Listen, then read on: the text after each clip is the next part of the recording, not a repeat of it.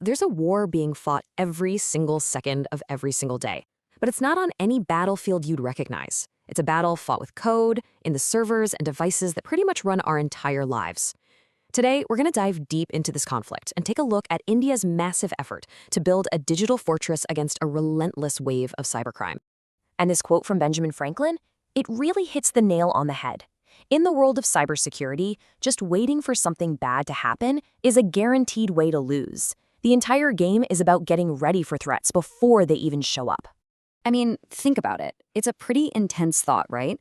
But it's so important because that line between your physical life and your digital one, well, it's basically gone. One wrong click, one moment where you trust the wrong person, and the fallout can be just as real and just as devastating as any physical crime. So to really understand how to defend against this, we first have to get a handle on the threat itself. What exactly are we talking about when we say cybercrime? It's a super broad definition, and that's on purpose. See, cybercrime isn't just one thing. It's basically any illegal activity where a computer is a key part of the puzzle, whether it's the weapon used for the crime, the thing being attacked, or just the pipeline that the crime flows through. Let's walk through a real case just to see how these scammers work. It's a perfect example of their playbook, and it starts, like so many things online, with the promise of finding a connection. A person is on a popular matrimonial site looking for a partner, and a message pops up. And the conversation gets going, trust starts to build. The person on the other end seems like a perfect match. And then comes the ask, a small, seemingly innocent request for help. I just need a little money transferred to help buy an engagement ring. It feels like the next romantic step in the relationship. And then the whole illusion just shatters. As soon as the money is sent, poof, silence. The phone number doesn't work anymore. The online profile disappears into thin air. It was all a lie, just a very carefully built trap. And that right there is the real human cost of cybercrime. Okay, now take that one heartbreaking story and multiply it by millions. The financial scale of this problem is just staggering.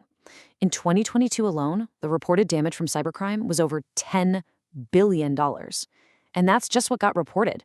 The real number is probably way, way higher.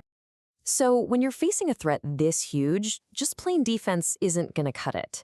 You need a system, a coordinated, multi-layered defense. So let's pull back the curtain and see how India has structured its cyber guardians. The structure they use is a classic hub and spoke model. It's designed for a central strategy with specialized teams handling the execution. Right at the center, the hub, you've got the National Security Council Secretariat, kind of like the brain of the operation, giving the big picture direction. And branching off from there are the spokes. The IT Ministry, or MIT, handles the massive topic of cybersecurity. The Home Affairs Ministry, MHA, focuses specifically on cybercrime. And of course, the Ministry of Defense handles all the military cyber stuff. This way, no single group gets overwhelmed. Now, if we zoom in on the two key civilian players, this is where it gets really clear. Under the IT Ministry, you have CERT-In. Think of them as the nation's digital firefighters. When there's a security incident, they're the first responders. Then, under the Home Ministry, you have I4C. These are the detectives. Their whole job is focused on the investigation of cybercrimes. Okay, so we've got the structure down. But how does it all actually work when a crime, like that matrimonial scam we talked about, gets reported? Let's trace the path from that first report all the way to the courtroom. It's a question a lot of us might have, right? You've been targeted, you've lost something, now what? Well, the process isn't random. It actually follows a really clear, methodical path. It all starts with awareness. That's you, realizing a crime happened and reporting it. Step 2 is authorization. This is a huge legal step, like getting a warrant to make sure every piece of evidence they find can actually be used in court. Then comes collection, where investigators are basically dusting for digital fingerprints, IP addresses, chat logs, you name it. That's followed by a deep dive examination, where forensic experts pick it all apart. From there, they build a hypothesis, a theory of what happened. And then finally, they present all their findings. And this really drives the whole idea home. A digital investigation uses the same exact logic as a physical one. You secure the scene, you look for evidence, and you piece together what happened. The only difference is the crime scene isn't a room, it's a hard drive, a server, or a network. Now, here's the thing about a fortress. It isn't just about the walls and the guards. It's about every single person inside doing their part. And it's the exact same thing with cybersecurity. This is not just a job for the government. For companies, the very first step is knowing what to even look for, and that means understanding the huge difference between an event and an incident. An event is just something normal happening, like your firewall doing its job and blocking a connection attempt. That's fine. But an incident, whoa, that's the alarm bell. That's when a security rule has actually been broken, like malware getting through. So when that alarm bell rings, companies in India have a very clear set of rules to follow. They have to keep detailed logs for 180 days, which creates a critical evidence trail. They also have to sync their system clocks to a national standard. Now, that might sound like a small detail, but it's absolutely crucial for creating a reliable timeline of what happened and when. And here's the kicker. They have to report any incident to CERT-In within just 6 hours of finding out about it. And this brings it all the way back around to us. This whole system, this digital fortress, it relies on everyday people being that first line of defense.